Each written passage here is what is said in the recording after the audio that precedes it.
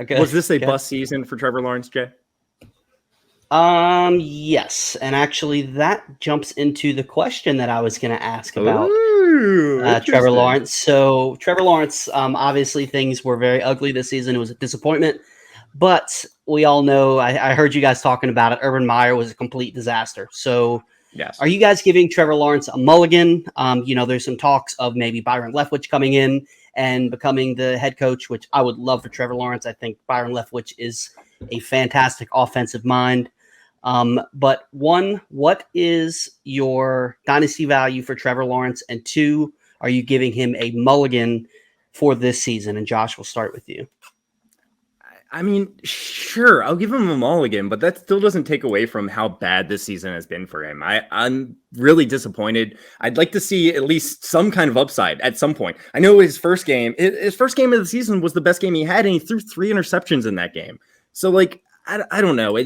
I wanted to see something a little bit more special from him, right? So I know he's in a bad situation, like I said, but he's much, much, much, much lower in my dynasty rankings than he was coming into the season.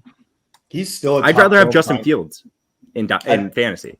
I'd rather have Trevor Lawrence than Justin Fields still. I think we've seen good and bad from both of those guys this year. But Trevor Lawrence is still a top 12 dynasty quarterback for me right now. But he's at the back end of that top 12 now. He's probably number 12 exactly, with Tua showing up this year a little bit. I have Tua moving ahead of him based on what we've seen. But he's still a top 12 dynasty quarterback.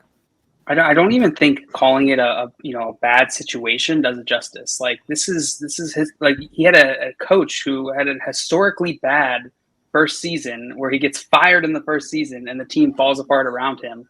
He has no weapons, and he's a rookie, right? He's a rookie going to the worst team in the NFL as the first overall pick. So you got to give him a little bit more time for just on that alone. But then factoring in all the other stuff that Justin Fields' team, while Matt Nagy has not made the greatest decisions throughout the year, he's still worlds above. Just as bad as Urban Meyer. I don't think he's just as bad. You can't argue the team has not fallen apart in the same way that the Jaguars has fallen apart. Nagy still has a job. The Jaguars is a worse team. The Bears have a lot of good pieces that are completely missing. Right. I don't think the Jaguars do. So you're expecting you're having a rookie player, a rookie QB come in with virtually nothing, no support. And while I wish I would have seen more that we saw in college from Trevor Lawrence this year, I think it's a mistake to extrapolate this is all on Trevor Lawrence. So this is what it's going to be like going forward. I think if they can get some good leadership in there, turn it around, Trevor Lawrence's value is going to shoot back up. So in my mind, he's a great value. And he had his problems in college. Part of what the problem is, Joe, it's not just that we didn't see what we saw in college. We also saw what we saw in college that were issues continue in the pros with no one really there to help him develop, staring down his receivers. Like Trevor Lawrence, that's his number one issue right now. It seems like he just stares down his first read and can't get past it. And that's something that's coachable. So hopefully they get someone in there that can help him out going into next year because he's got the talent. But yeah, Josh, it was rough this year. It's got to be a bust season for him. I don't know any other way to put it.